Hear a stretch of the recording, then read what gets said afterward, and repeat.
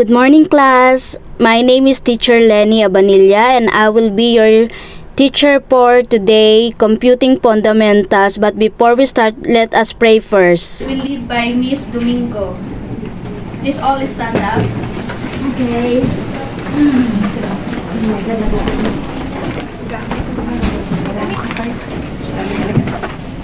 Ama, salamat po sa pagpapalang binigay mo sa amin araw-araw. Salamat po this day na nandito po kami para mag-aral ng computing fundamentals. Kami po bigyan ng knowledge and wisdom para po ma-embark namin at saka makapagpatuloy po kami sa aming lakarin. Ama, kami po ay nag-ask po sa inyo ng forgiveness kung ano man po ang aming kasalanan sa iyo at kami po ay magiging matatag at have courage para po kami makapagpatuloy sa aming takbuhin sa buhay. Salamat po, Ama, at ito po ang aming pinapanalangin sa oras na ito sa ngalan ni Jesus. Amen.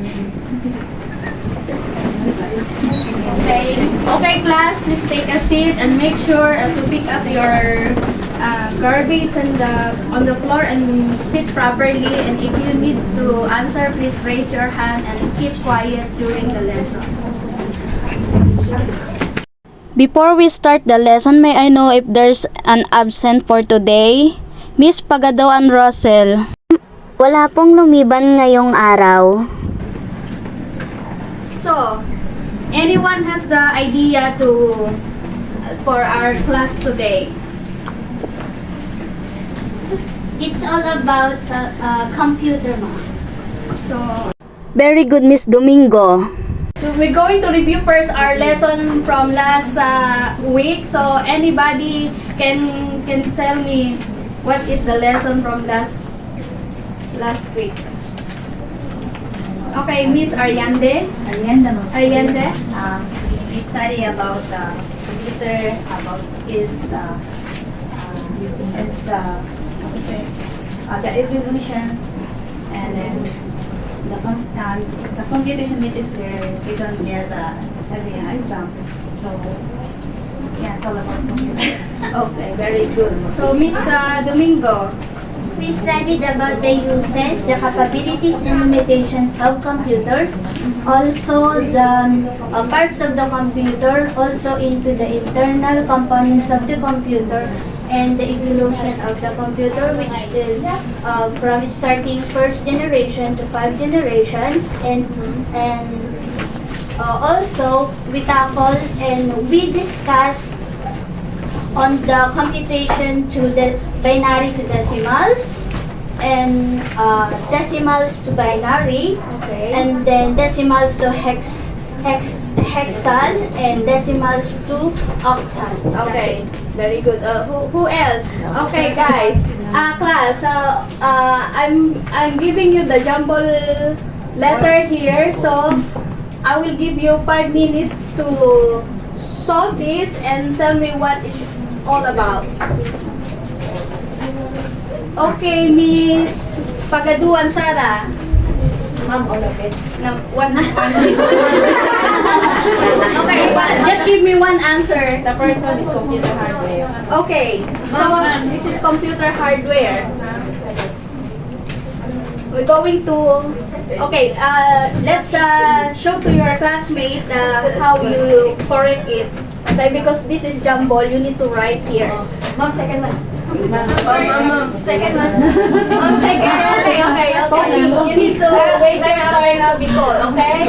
Everyone get the chance to answer. Lars.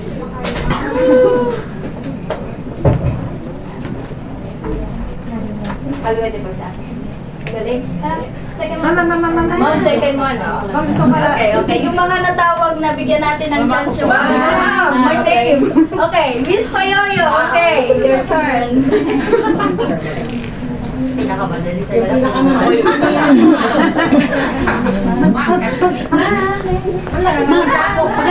I will go this side. Don't worry. Miss Barsaga.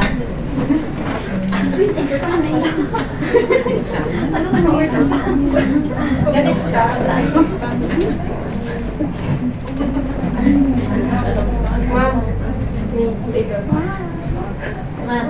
si yung nasa corner. Anong name? Pakilagay yung niya.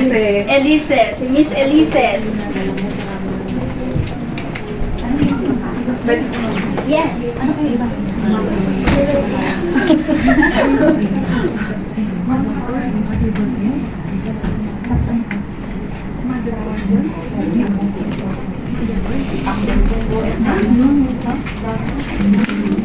Okay, next, Miss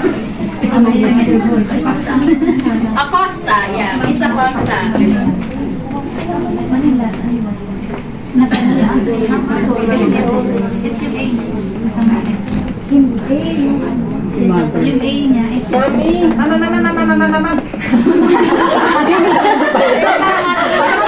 That's what. Don't worry, guys.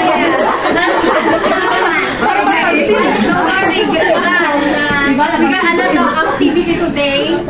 Everyone got a chance to answer.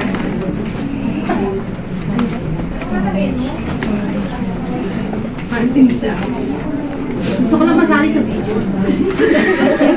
So guys, as you can see, the jumble letter is a computer hardware, memory, input and output devices, central processing unit, motherboard, and storage devices, which is all about the major category of computer hardware. So let's go to our lesson today. So we're going to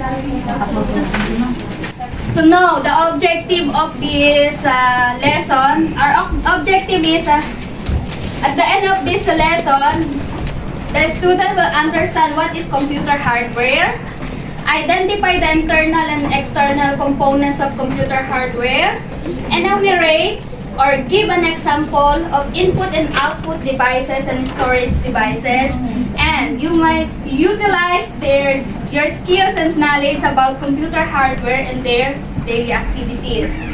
So, as you can see, yeah. So, what is computer hardware? Ayun, nakikita natin.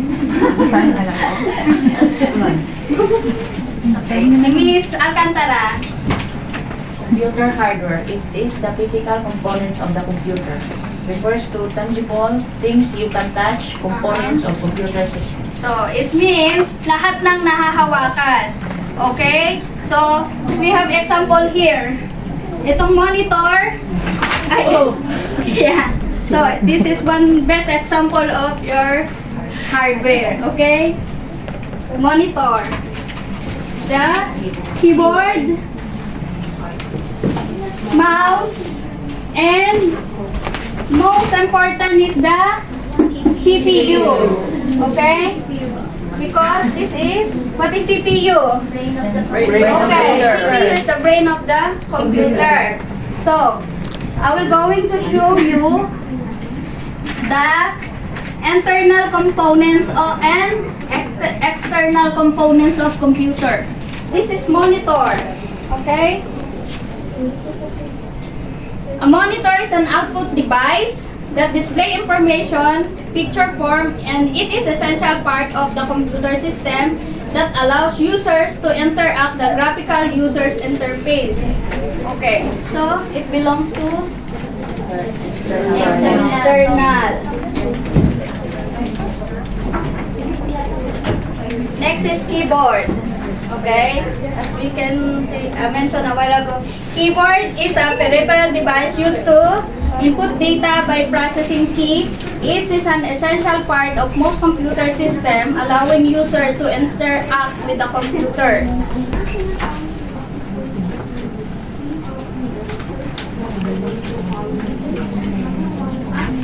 Yeah, this is the CPU, okay, the central processing unit. So the central processing unit, often simply referred So a processor is a critical component of nearly all modern computer. It is essential the brain of the computer where most calculations take place. And this is the power supply. Okay? The computer power supply, also known as power supply, is a critical component that provides electrical power to a computer. It converts a main AC to low voltage regulated DC power to the internal components of computer. Motherboard.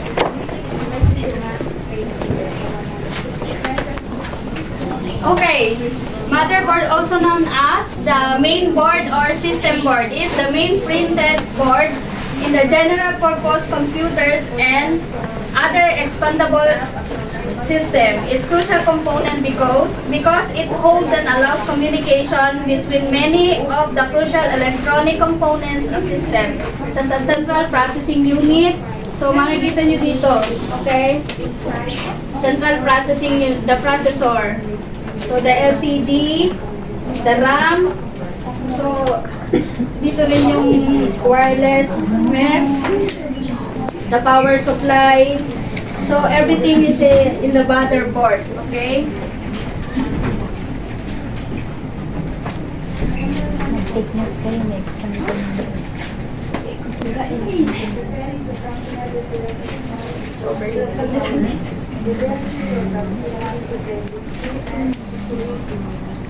Are the components of computer serving as hardware that store a digital data. This is directly accessible, the primary memory. This is the directly accessible by CPU and includes random memory. And then the secondary, this device store data permanently and are not directly accessible by the CPU. So the tertiary storage, this category includes the storage devices used for large-scale data that frequently accessed. So this is the graphics card, also known as video card. Display card or GPU, an essential piece of hardware in a computer system that is render image, videos, and monitors for display. Okay, this is the scanner. It's a device that captures an image from photographic print, posters, and magazines pages. So there's external, okay? And lastly, the sound card, also known as an audio card, is an internal expansion card that provides input and output of audio. Desktop system unit. This is the system unit category, okay? It is designed to be placed and either horizontally or vertically. So, yan yung CPU niya. So, pwede siyang ilagay na horizontal or vertical. So, media system unit. It uses powerful the subsystem hardware with a specialized graphic cards or graphic card or interfacing with television and other home entertainment device. TV and output and the display of TV for entertainment or process. So, notebook system unit. So, other term is laptop. So, this is a external component. Okay? So, netbook system unit. It is similar to notebook system unit or laptop. So, the only difference is the less powerful and less expensive. They are usually designed to support on the go web browsing and email access. Okay? So, tablet PC system unit. So, same of the two notebook system units. So, they are almost the same performance. Okay, handheld computer system unit. It's designed to be the smallest to fit the palm of the one hand. So, this is the contains an entire computer system including the electronic components and the secondary storage and input and output devices. Also known as computer central processing units, the heart of the and brain of the computer, because without this computer is cannot do anything. So the two basic component of processor is the control unit that tells you the rest of the computer system how to carry out the program's instruction. Okay, and then arithmetic logic unit performs the operation it performs. We have the arithmetic and the logical input devices. Okay. So, input devices are hardware components that allow you to enter data in instruction into a computer. Other information processing system, they are essential for interacting with controlling the computer. Okay? So, the common types of input devices are keyboard, mouse. Okay? Who wants to answer? Okay, Miss Barzaga. What are the common types? Keyboard. Keyboard, mouse, scanner, microphone, webcam, touchscreen, joystick, gamepad, digital camera, barcode, and barcode reader. So, okay, the keyboard is the primary tool for entering text and commands, okay? So, there are different types of keyboard. The PDA keyboard, or miniature keyboard for personal digital assistant to send email, create documents, and more. So, virtual keyboard, commonly used as an on-screen input method device with no physical keyboard. So, ito yung nakikita nyo sa phone nyo, sa phone, touchscreen. Yeah, that is traditional keyboard, uses rigid rectangular keyboards that include function navigation and numeric key. Okay. Okay, let's go to mouse. It is a hand pointing device that detects two-dimensional motion relatively to a surface. This motion is typically translated into motion of the pointer on display, allowing for smooth and graphical and interface of a computer.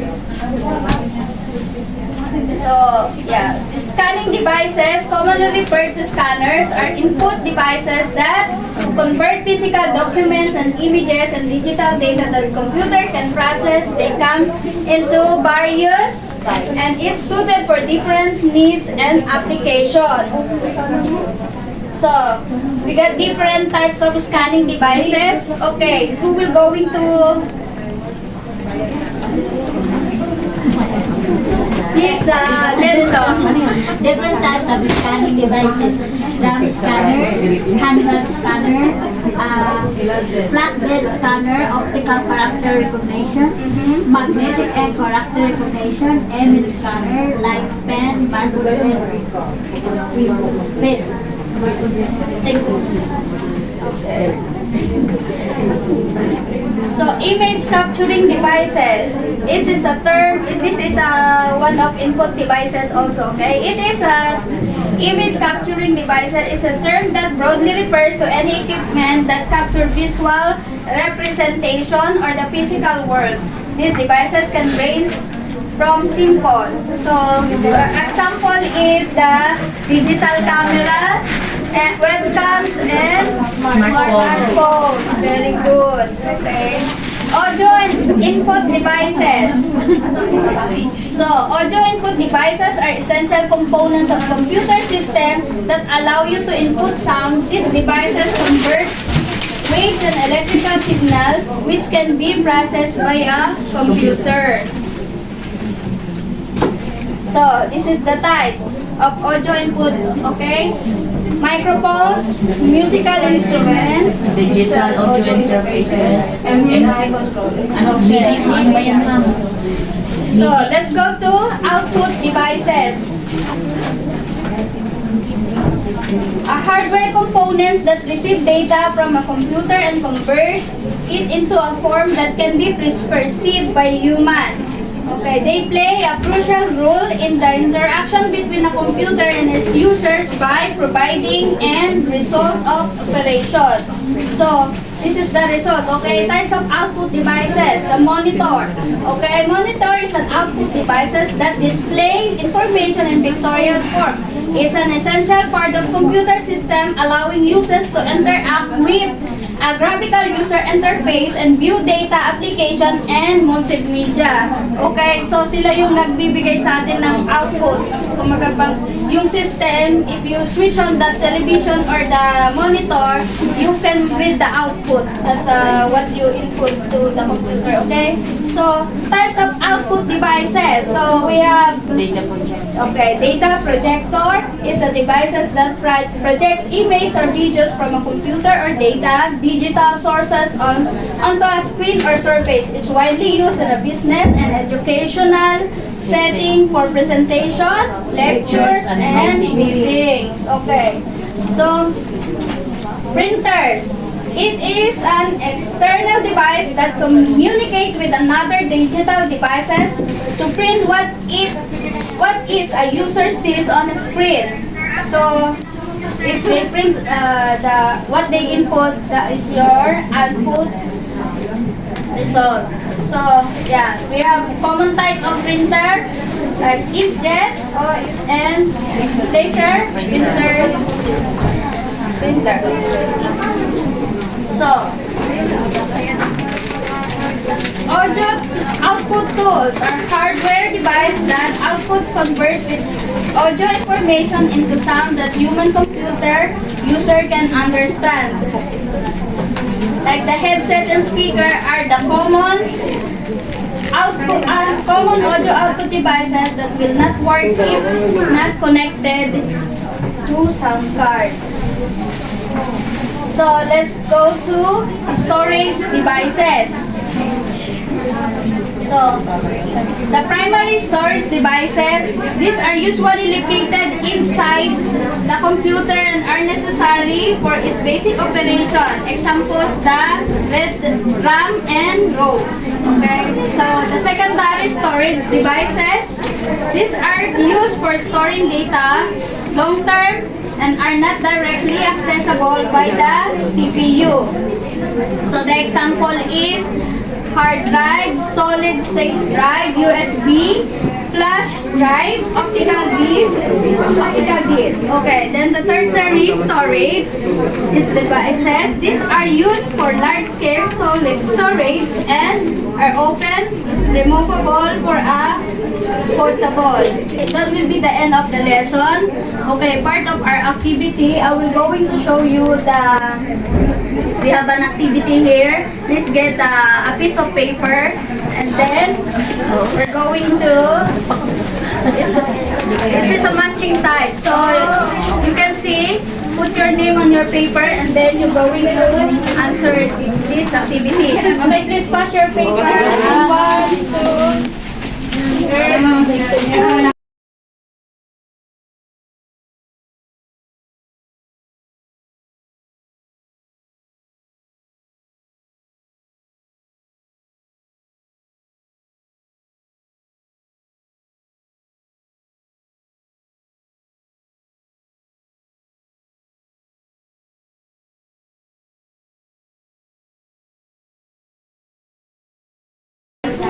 before we move on, okay, I want to know if we learn about the input and output devices, okay?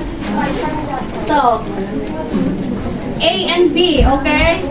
Everybody can please okay, group yourself into two to listen the instruction, okay? So you count 1, 2, 1, 2, and then all the group 2 will go here, okay? All the group 1 will go here, okay? So please count 1, 2, 1, 2, 3, 1, 2, 1, 2, 2.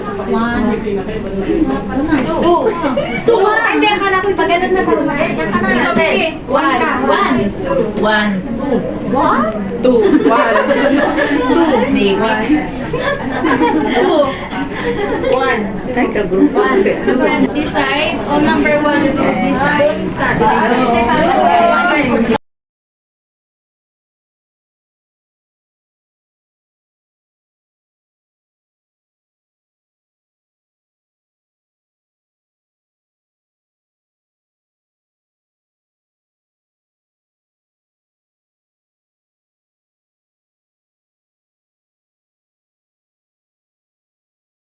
So number 1, naka-assign kayo sa... Sino yung number 1 muna? Okay. So number 1, naka-assign kayo sa external components. Okay? So, number 2, internal components. Okay? So, ayan.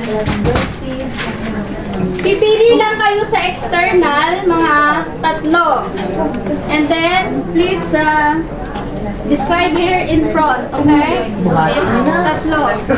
And then, the internal, 3.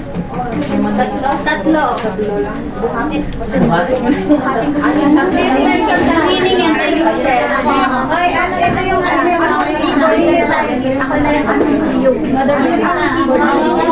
Ako na lang.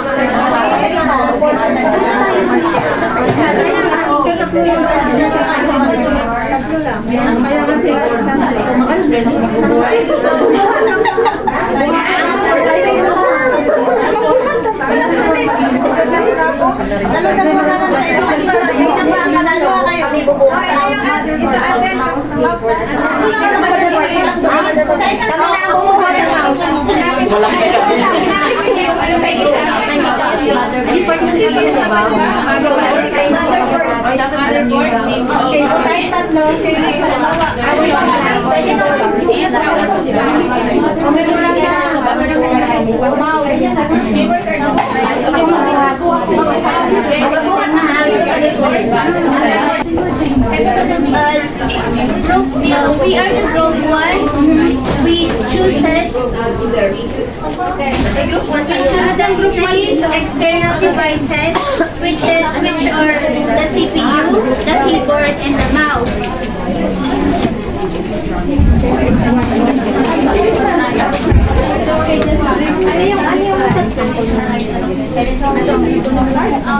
I'm start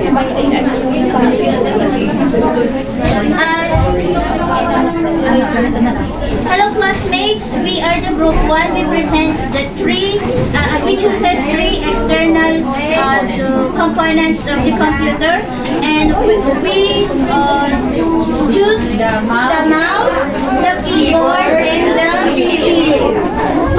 The CPU here. The CPU is the brain of the computer, and the uses are We all know that this is the brain and its interprets, processes, and execute instructions. The CPU also perform arithmetic logic and other operations to transfer data into more usable information on how to do it. The second that we choose is the keyboard. Yeah, this is a keyboard. Okay, the computer keyboard is an input device used to enter characters and combinations into the computer system by pressing buttons or keys. It is a primary device used to enter the text. The keyboard typically contains keys for individual letters, numbers, and special characters, as well as keys for specific functions. The mouse they are used to move the cursor on the screen, select object, and click on buttons. The mouse which individuals use to direct cursors and make selections on a computer screen is integral to graphical user interface. Okay. Now those are the 3 that we chooses from the external components of the computer. Thank you, classmates. Okay, the group 2. This side.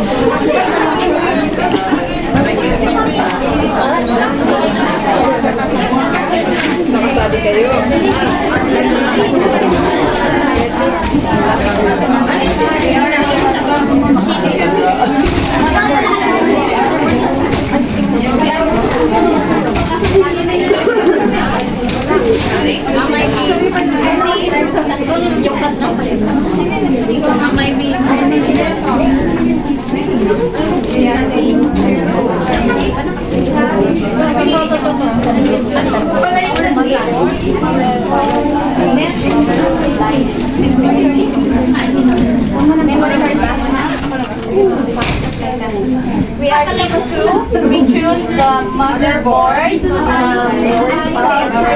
power supply, and memory.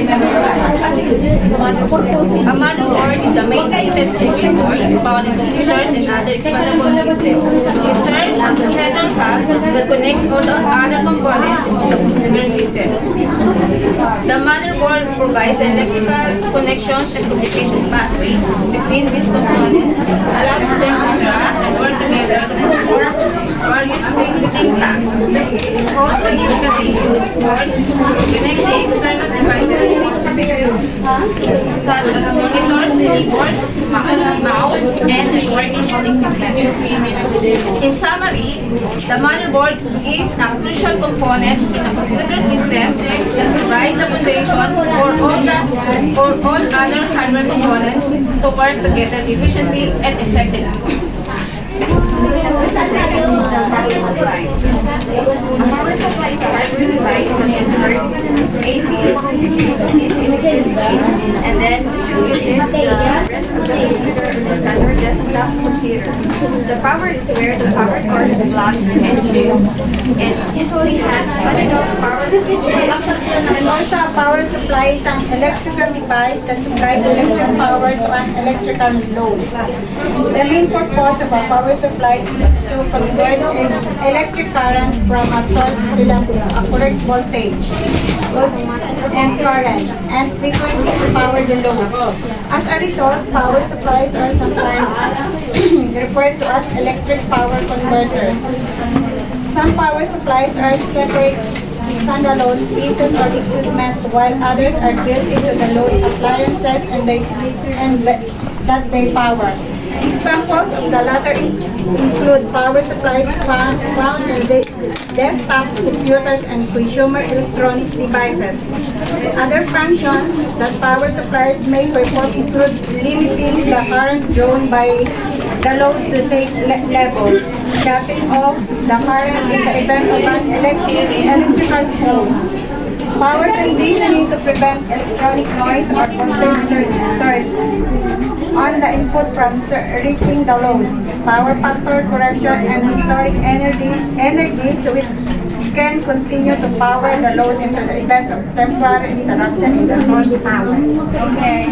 Okay. The third internal component is a memory. A memory is small flash drive used especially in digital camera and photos. It also designed to store and transfer data, including photos, video, music, and documents.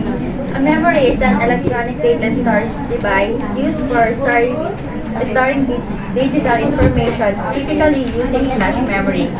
These are commonly used in digital portable electronic devices, such as digital cameras, as well as in many early games consoles, such as Nintendo. They allow adding memory, such as devices using a card in a packet instead of protruding USB flash drives.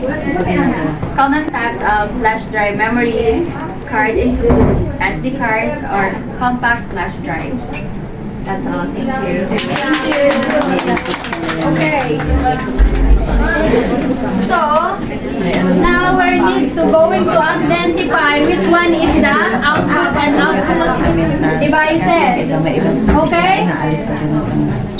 So, get a piece of paper again and then we're going to identify which one is the input and output devices. Okay? Okay, the assignment. Okay, I'm going to give you an assignment. Okay? Okay, list at least 10 different computer hardware and categorize it into output and input devices. Okay?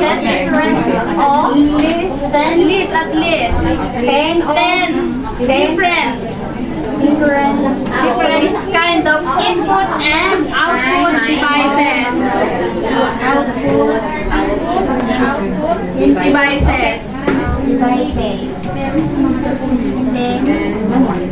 That's all, okay?